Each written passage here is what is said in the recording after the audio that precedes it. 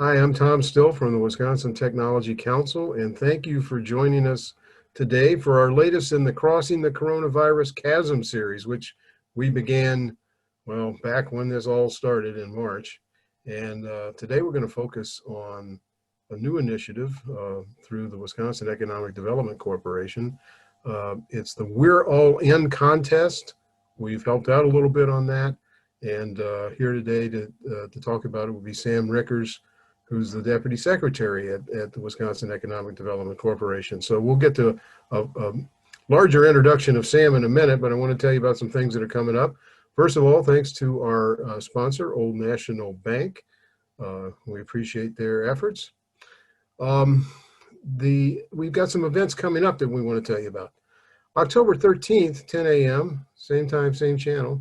We're going to talk about the case for emerging and diverse fund managers in Wisconsin, and that's something that's come up that we care a lot about, and we think it's important to get that kind of diversity in the investment community to really make investments in places that perhaps otherwise can be overlooked.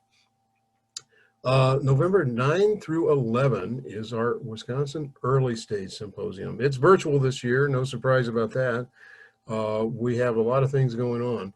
Our keynote speaker on the 10th will be John Jakes, who is known around the country really for his work around social media and entrepreneurism. We will have our 7th annual Excellence in Entrepreneurial Education Award. We call that the Triple E. We already got more than 45 investor groups participating in the investor intros. Those are the one-on-one meetings that will kick things off on November 9th. And so if you're a young company, you'd have a lot of choices of investors with whom you may want to meet. We're getting a lot of applications in from emerging companies that want to take part. And it's going to be a really cool format, even though virtual. We're going to have a virtual exhibit hall and showcase a lot of Wisconsin companies. So hope you can sign up and take part. All right. Well, let me tell you a little more about Sam. As I said, he's the Deputy Secretary, WDC. He's got a deep Wisconsin background in his family. And also he's got a deep background around rural development, which is something that I think everyone cares about and should. He was at the White House for a couple of years on the Energy and Environmental team. He was at the Department of Ag on the rural business side and did some similar work when he was at Georgetown University. And when he came back to Wisconsin, he served as executive director of Tiny Earth, which is a really interesting project that is done through the UW-Madison and the Wisconsin Institutes for Discovery. And it's all about trying to develop new antibiotics. And some of you may remember we had a program around that earlier in the spring. So welcome, Sam, and thanks for joining us. Thank you, Tom. It's a pleasure to join this group this morning. As we've all, I think, been working harder, and even though we're at home more often, getting less sleep, because it seems like your workplace for many of us is right in our kitchen table where I am this morning. The work certainly heated up in March at WDC, and as early as late April, when we learned of CARES Act dollars that would be coming into the state of Wisconsin, the governor's office reached out to WDC and asked for plans or proposals of how to take the CARES Act dollars that were coming to the state to support a variety of different things. Remember, the majority of the CARES Act dollars that came to Wisconsin helped with our public health response, and that continues, as we know. But we also knew how huge of an impact COVID was having and would be having on our business community and our economy. One of the first calls I had was to Tom Still, and the Tech Council and Tom have been important partners of WDC since it was born. What we knew was that certainly there were existing businesses that would just be massively hit. The smaller ones with less resiliency would have a tougher time just getting through, whether it was the initial safer at home order when certain businesses were deemed non-essential, or even after that, as we knew we were coming back out of that time but folks were social distancing, we were masking, we were promoting that. We knew that a lot of businesses that were customer facing in person would really hurt. And so a lot of dollars through WDC have gone out to really help those smallest businesses. And we were able to launch a $75 million We're All In small business grant program. Certainly did not make or break a business, but $2,500 grants have gone out so far to about 26,000 Wisconsin small businesses with $1 million in annual revenue or less. And we believe, and we've heard a lot of stories, that that's helped a lot of small little businesses with employees just get through some of these tough times. In that conversation with Tom, we both agreed that as this pandemic was spreading across the state, that it wouldn't just have an adverse effect on our existing businesses and existing operations, but we knew that if we didn't tend to the pipeline of new business development, of startups, of new ideas during this pandemic, that if and when, and I think it's when, not if, we come out on the other side of this, if we haven't nurtured that pipeline of new businesses and new ideas and innovators, then we're doing ourselves a disservice and we'll have a real dip in our economic recovery. And so what came from that was a commitment to say we need to invest some of our CARES Act dollars into the ideas that are coming up, and especially those that are generated around the challenges that are presented by COVID. And so the idea, and you can advance one slide if you would, please, that'd be great. The idea came about to say, what if we reinvested some dollars and really provided some startup dollars to businesses that were pivoting off of this challenge specifically, businesses that were looking at the impacts that COVID was having on our health technology. We already saw back in March and April businesses who weren't even involved in certain industries, new businesses forming around how do I make masks, how do I make PPE, how do I make new products, medical products that are safer for our first responders. And so that will continue. And we want to help support those ideas that have grown from there that are just getting underway. The second bucket that we saw, and this was just from watching business, is there are a whole host of new ideas, new businesses coming up, not just to support our health system, but all of our businesses who are trying to figure out new ways that they can be safer. So these can be products for how I, as a business who used to sell all my goods face-to-face in a brick and mortar store, now I got to figure out how to tap into new e-markets. It could be for businesses that are figuring out new products for other businesses or other consumers to deal with COVID-19, whether it's for work, as it says here, or education. There are a whole host of businesses that need new products and services so they can operate. And finally, the new ideas we were seeing and we wanted to really fuel are not just ideas of how do I make new products or new services to address COVID-19.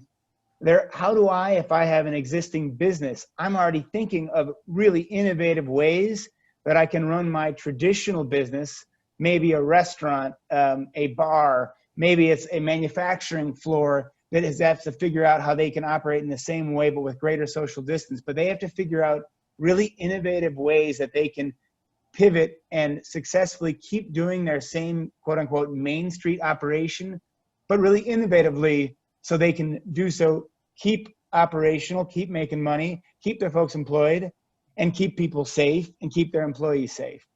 And so these buckets were born out of a conversation Tom and I had and were refined over a lot of other good minds at WDC and at the Tech Council. But those were the buckets. Now, beyond the buckets, we knew that if these are the categories that we want to really see some of the best and brightest ideas, and we want to create some incentive of awards in a business plan contest, then how do we make sure that it's fair? Because there's going to be a lot of apples, oranges, and watermelons, and you can't have the apples competing against the oranges or against the watermelons. And so in this contest, we've made 3 categories of businesses that will compete within their own categories. So there'll be 3 different kind of prize categories in terms of what businesses are doing, but there'll be also 3 different sizes of businesses. So new businesses and businesses with 5 or fewer FTEs, they'll be competing against one another. And when they submit their business plans through this contest, they will be bucketed first in their business size group, and then which of these 3 targets are they making? Are they working on a health technology? Are they working on a business technology? Or are they working on a really interesting, innovative pivot for their existing business? The next group of business that they'll compete against one another are businesses between 6 and 20 FTEs. And finally, the larger bucket is 21 and 50 FTEs. So, and you can move on to the next slide. And so there are thousands of businesses all across Wisconsin that have either sitting on great ideas and they want to get going, or they've already had ideas they've started to implement, but they would love a little fuel in the tank and they want to show off their idea. And they want to apply for one of these grants. And so what they do is they head right to this website, wisconsininnovates.com, and there they will enter into that website. They'll create a profile, and I've got to give hats off to the partner software developer that Wisconsin Tech Council has identified and used on this program, because not only is the platform really easy to use, it's easy for folks to sign up. It's also slick, and it was done in record time and under a fair amount of pressure. So Tom and team, thank you for that. So they'll create a profile here. They'll submit their application. The application opened just this week on the 29th. If you can move on to the next page. So here's how it works, and I just want to go through it. It should be pretty easy. There had been a total of $3 million that have been committed to this. Tom, you do me a favor.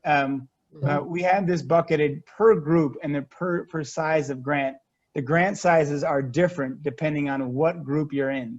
Do you mind walking through that, what the different grant sizes are? Yeah, the grant sizes are going to vary. They're going to be, I think the minimum is going to be about $12,000 for those companies that meet all the qualifications, of course. There will be some staged grant sizes in between as the judging takes place, and it's going to go up to, somewhere in the 20 and 30,000 range, and then the top will be $68,000 in some of these categories. So that's a significant amount of money. And so well worth people kind of going through this process. I want to add, obviously it's for-profit companies. And so that's one of the things at the upfront. As people go through the website, you'll see various attestations or requirements in there that are needed in order for Sam and his team to vet these entries as we go along. But there'll be a set of independent judges who are judging basically the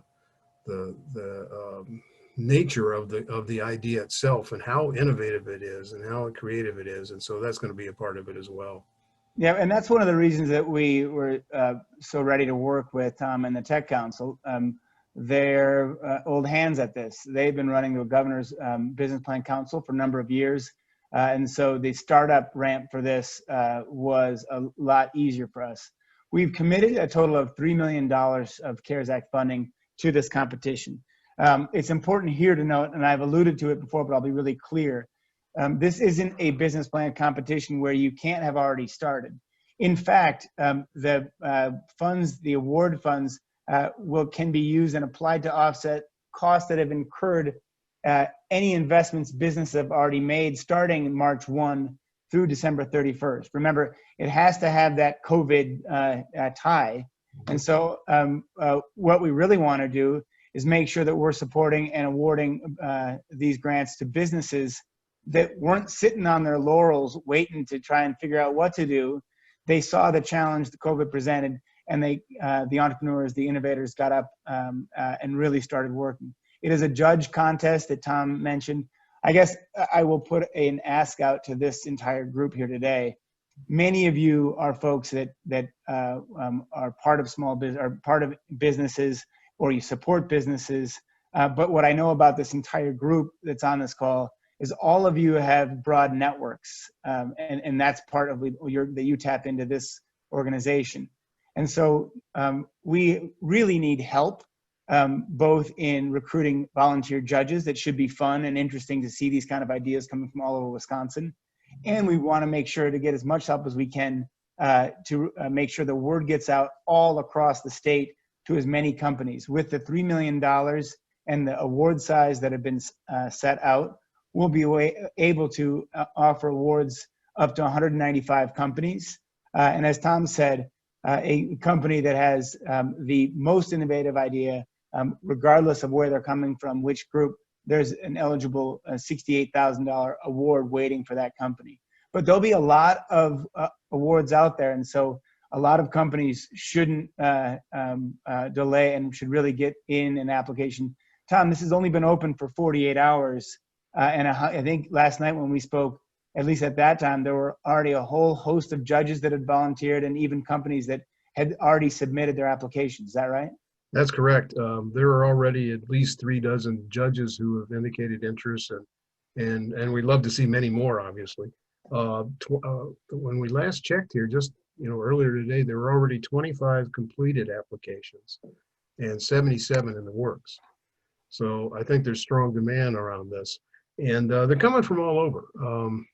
That's the beauty of this, because the sectors, at the end of the day, the contest, you could be working on a flu vaccine, or you could be running a barber shop, or you could be running a bakery, or you could be running a small manufacturing unit. Everything is really welcome. There are 80 different NAICS codes, North American Industry Classification System codes, built into the site. So it's almost hard to find a business that doesn't meet that qualification. So yeah, it's off to a good start, and we hope to continue. Now it's a pretty fast track as well. Basically midnight October 18th is what we put in there as an end for this, and some of this is driven by the requirements of how the CARES Act money has to be distributed on the other end, right? But it's going to be a pretty fast piece. For those who are applying, you can go in and return to your application, which is an important point. You don't have to do it all at once. You can, if you're all set up and ready to go, but you can start on it. You can, after you've created your login, and then you can go back. And so that's important for people who think, geez, I forgot something here. I better sit on this overnight or sleep on it, and then you can go back. So that's an important factor of this. And that way, it's just like the governor's business plan contest. So yeah, we're excited about where it's gone so far, Sam, in terms of the reception. Yep, good. And so just I'll hammer it one more time, wisconsininnovates.com. All this information you've heard here this morning is there. If we could advance the slide, please. And here's the date that Tom talked about. So we have a tight timeline. I'll put a little bit more context to why that timing is so tight. CARES Act dollars that have been provided to the state, they turn into a pumpkin, so to speak. December 31st of this year, they have to be expended. So we're working with U.S. Treasury guidelines to get these dollars out. Want to really encourage folks to just hop onto the website. It's really easy to see all this information. Again, wisconsininnovates.com. Be mindful of this deadline. We are looking to push the word out all across the state and get as many applications from all the innovators, from really the cool new ideas to the Main Street businesses that Tom just mentioned, who are figuring out really great ways to operate their bakery. I hadn't thought about bakeries applying, but of course, right? Yes. All the businesses you could imagine under the sun. With that, I think that's it for the formal presentation. Sure. Would love to open it up. Tom, do you have anything else to add, or just any questions from the group? Sure. Yeah, there's a few other things we could talk about. And also in the meantime, I encourage anybody who's on to go through the chat function and ask some very specific questions, and get as specific as you want, actually, because chances are we've probably thought about it going along the way. I want to give credit to Sam and his team at WDC. I've not encountered anything else like this in terms of what we're seeing around the country, sort of a contest format for distributing at least part of the CARES Act money. The only thing that comes close is something we've heard about in Las Vegas, where the tourism industry was obviously just shattered. And so there's an innovation contest there, but this is statewide and designed quite deliberately to reach to all sectors and all parts of the state. So I think that's an exciting piece around it. So so here's a question. Please go into further detail when you're talking about innovation. And I'll be the first to admit people define innovation sometimes in their own terms, right? Um, Innovation to me means doing something perhaps that is at least new to you as a business owner, and it may well be new to others as well. Do you need to be the only person in the world who came up with that idea? No, but you need to have shown that pivotability on your own. So Sam, why don't you think a little bit about that too? And so I think we can think of and this where the breadth really comes in. I think it's easier to think of the services and technology and products that have not been on the market before. That's the classic definition of something that's innovative that we've never seen before. But innovative in this sense, just to take up what Tom was talking about, it could be a restaurant that had never before thought of how it's going to have the 5 or 6 cooks that it has in its kitchen, cooking and pushing out its food, knowing that they need to socially distance. And what does that restaurant need to do? What have they figured out? What has that business that's a small retailer figured out? Now, it might be for that business innovative to develop an e-commerce platform, right? And have invested in that. And I'm sure we'll see a number of businesses that say, well, it was innovative for me. And guess what? That is absolutely an eligible application. Now, it's a competition. And so if all you've done is just gone on to the web and found an e-commerce platform and just done the basic off the shelf, that's fine. It's innovative. But there's going to be some folks that have really done it creatively, interestingly, or that have done it profitably, or that how they've developed it has really blossomed a whole new opportunity for them, and they're actually tapping into markets that they'd never been before. And so part of the application process, successful applications will really share what their steps they've taken to pivot from COVID have really done, not only the problems that it solved, but also the results that pivot has yielded. Very good. And another factor that struck me, and this gets back to your background personally, Sam, is being very interested in rural development. There may be a lot of businesses that previously only thought of themselves as strictly Main Street. They were serving that community, maybe the surrounding county around it, but perhaps not much more in terms of their reach. They may do some things that expand their reach out of this and make their companies perhaps more virtual in some ways that are really add to their own bottom lines. Yep. There was a good question from Jessica who asked if we have more materials prepared that you can share to companies and innovators. I'm just going to put into the chat box the website where you'll go.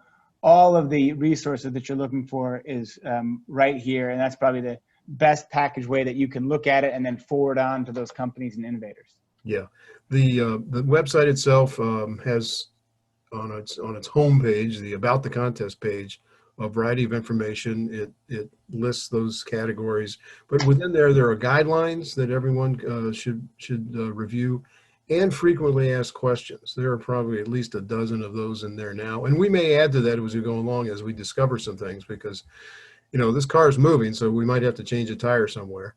But there should be a lot there that gets to where you want to go. So the website itself is really the printed material, the additional material right now, because there's a fair amount of information there. WDC is taking time to reach out to a lot of our networks, whether it's all of the seed accelerators or the incubators across the state. We're reaching out to our 2- and 4-year campuses, tech schools. We're talking to all of our regional economic development organizations. So we have a week or so of really heavy outreach. But we always know, even after we do all of that, that we miss pockets. And so we'll ask each and every one of you, if you have networks, just like Jessica talked about, that know of companies, know of innovators that could take advantage of this, particularly that might not be plugged into some of the more mainstream conversations. Would love your help in sharing this information. Mm-hmm. Yeah, and Jessica's a great example in that she's with the UW Milwaukee Research Foundation, and so has worked with a number of young companies. And it's hard for me to imagine that almost any of them, assuming they're set up as a for-profit, would be eligible in terms of at least tossing in those applications. Very good. Others with questions? One of the pieces that we're particularly excited about is the judging side. Over the time that we've run the Governor's Business Plan Contest, and that has a youth corollary called the Wisconsin Youth Entrepreneurs in Science. A lot of folks have judged that, and I think found it enjoyable. It's not without some time commitment, and that's going to be the case with this too. But at the same time, they find it rewarding. And I think for judges, it's an important way to get involved in with their experience in terms of fighting back on this COVID crisis. And one other point, judges, as long as they're not entering in a category where they are judging, they can enter the contest as well. So if you're judging the health side, you could enter the business side or the operational side. And so and we just want to make sure that that's known as well. So yeah, we're excited about the almost the democracy side of this in terms of the crowdsourcing around the judging, and how that's going to really help guide this as it moves ahead. Yeah. Other thoughts on that? Well, let's see here. We could go back. Let's go back to a couple of earlier slides, Angela. Again, the deadline, October 18th, around midnight. The math on the prizes was worked out in a way, as Sam indicated, to make sure that it's spread over those three size categories as well. So if you're a company with 5 or fewer FTEs, you're not competing against that company with 21 to 50 FTEs.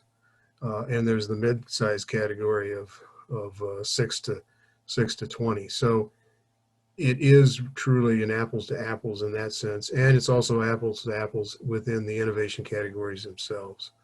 And so that's an important part. Don't feel like you have to come up with something that's going to compete against a slightly larger company, because you don't. Other thoughts, Sam, as you look at it? I know your team, I mean, because of key strategic partners that WDC has around the state, you're able to reach out pretty broadly in terms of trying to find companies that may take advantage of this. No, we'll expect to. It's certainly one of we look forward to highlighting the fact that our innovators and entrepreneurs will be coming from the tech corridor of Madison and Milwaukee, but we'll also be able to highlight rural businesses in the northern part of our state, farms that have figured out really innovative ways that they can address some of the challenges that those businesses are facing. So long as you're a for-profit business, you figured out a really innovative way that you can either develop a new technology, a new product to help businesses or consumers deal with COVID, or you're figuring out, again, a way that your existing practice can pivot to better deal with the challenges posed by COVID. And those could be health challenges, personnel challenges, all sorts of challenges. There's no limits. If you as a business can make a tie to challenges that you're seeing from the pandemic, and operating your business or your community is facing, and there's a business solution or a new solution that a new business is developing, take that idea, let us help you develop that idea, or if it's already developed and you're launching it, let us help you do that. Yeah. There's a couple more Yep. items in the chat box, but I don't need to keep folks more time further than we need to. What else do we have here? And Well, smaller, go ahead. there's a question about the time commitment. If you expect to see, we'd expect to see from judges for the contest. It's sort of a math equation. It depends on how many applications come in and how many judges we have. We basically feel that each application should have a decent number of sets of eyeballs on it from judges, probably around a handful to a half dozen. And so then if each application gets that kind of scrutiny, we'll need X amount of judges when you look at it.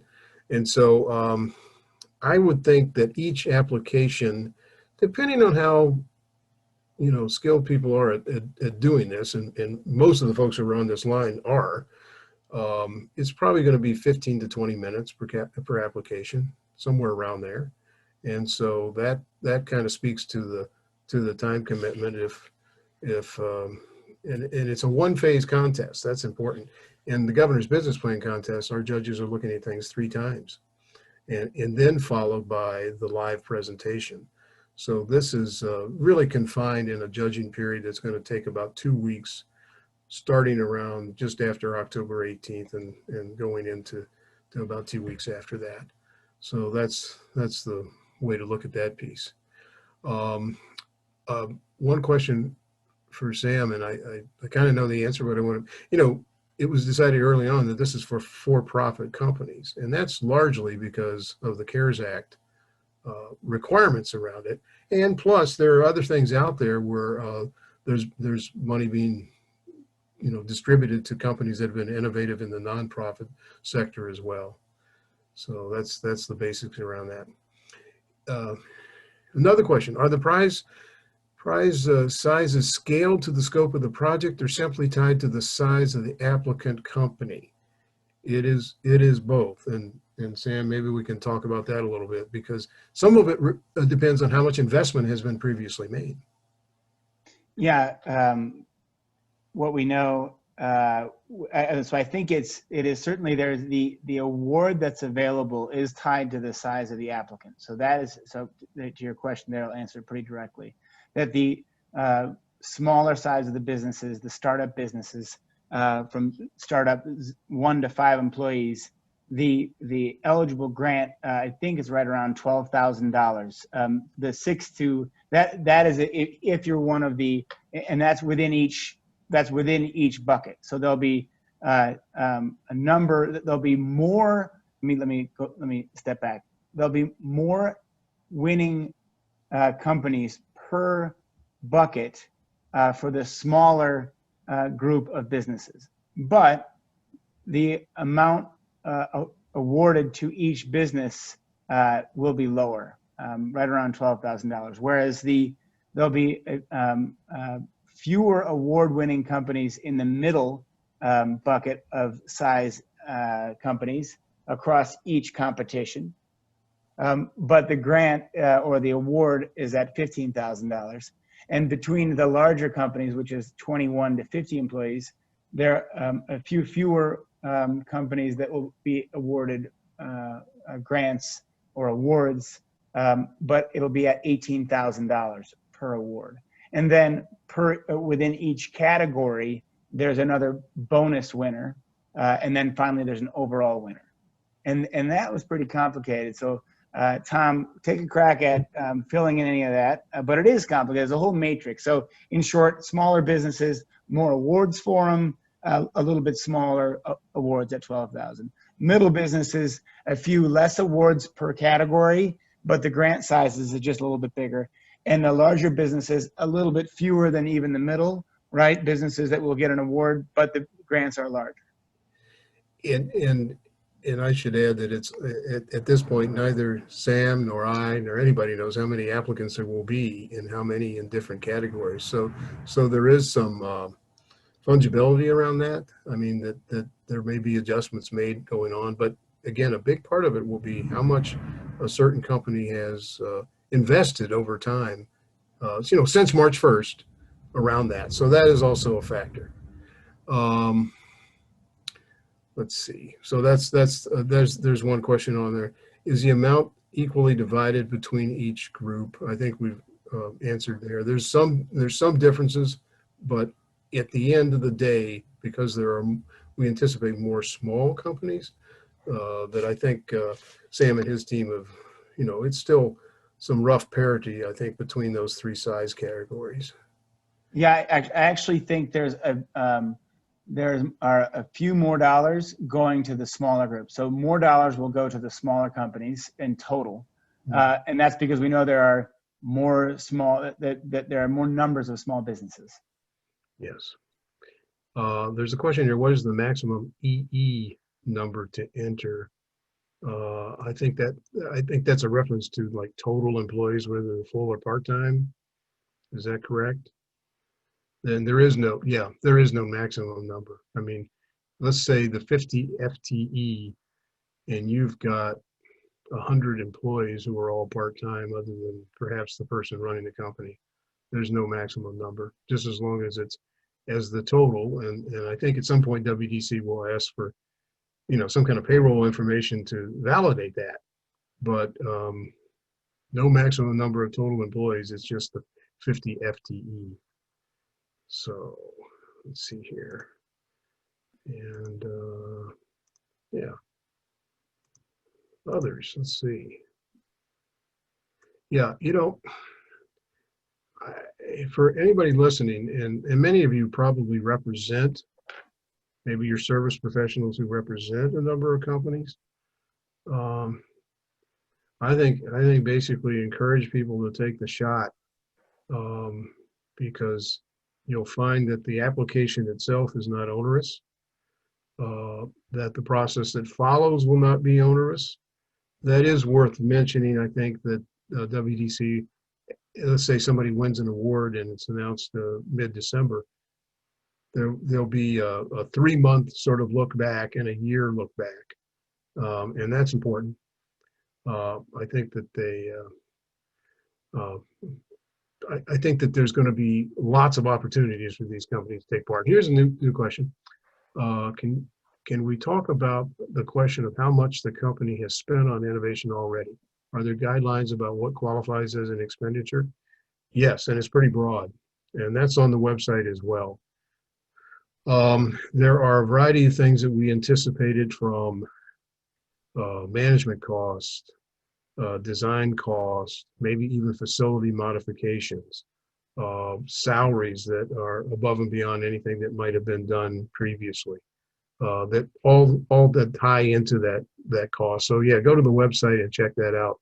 There's some broad guidelines there. And then when an applicant reaches the point where they're answering one of 6 different questions that will be judged, that kind of information is very handy. And it need not be purely dollars expended. It can be in-kind kinds of things as well. So Sam, other thoughts on that, kind of what qualifies and how you view it? No, as you said, it's broad. It includes in-kind, it includes your time. There is no match requirement, right? So you have to have invested so much. Mm-hmm. You may have the greatest, most innovative idea in the world, and while some weight will be given to those that really, as we've said before, have already really taken some steps, but if you've taken no steps, it doesn't make you ineligible. They're just all different factors. But we do know that because the dollars need to be expended and covered March 1 by the end of the year, certainly it's unlike other competitions that you often can't backdate investment. Here you can.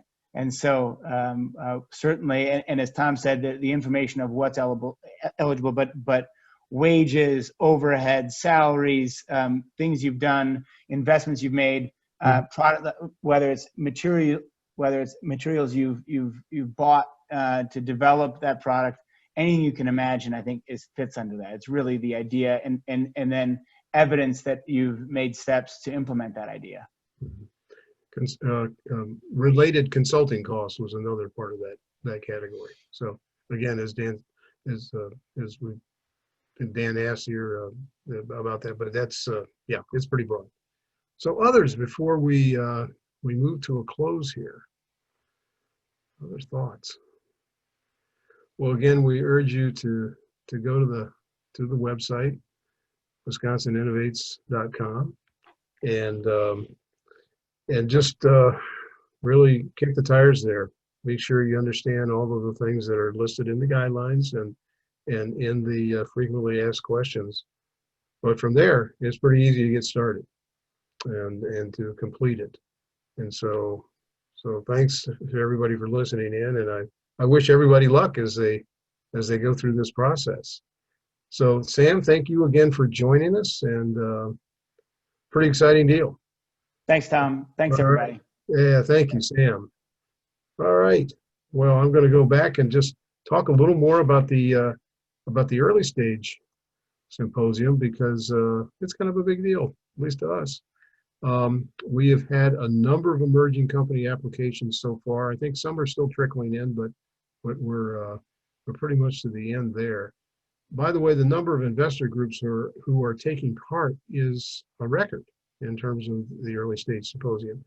And so a lot of people are saying, well, why is that? I mean, aren't investors maybe, kind of holding back a little bit during this COVID period? Well, some may be, but that doesn't mean they're not out there looking for great ideas once it does pass. So it's exciting to see that many investor groups from all over, and it's not just Wisconsin, but I think part of it is our reputation as a state for having these kind of great innovative ideas that are investor worthy is out there, and it's being watched by others around the country. And so we're very excited to see that part. And again, if you are a young company, you got 3 chances to relate to investors. The investor intros, which is the series of one-on-one meetings. You might be selected by our steering committee to take part in the Tech Council Investor Network, and you might be selected by our steering committee, and this is an either-or part, to take part in the Elevator Pitch Olympics. So there are a lot of good chances for people to take part. So with that, I want to thank Old National again for sponsoring today, and just simply encourage you, go to wisconsininnovates.com, figure out all the different questions that you may have. I think I'd be surprised if there are companies, at least for-profit companies, that can't fit into that contest somewhere. And yeah, just move ahead with it. Remember, October 18th. All right. Well, thanks to everyone, and we'll see you soon. And also remember the October 13th webinar around diverse fund managers in Wisconsin. All right. Take care all.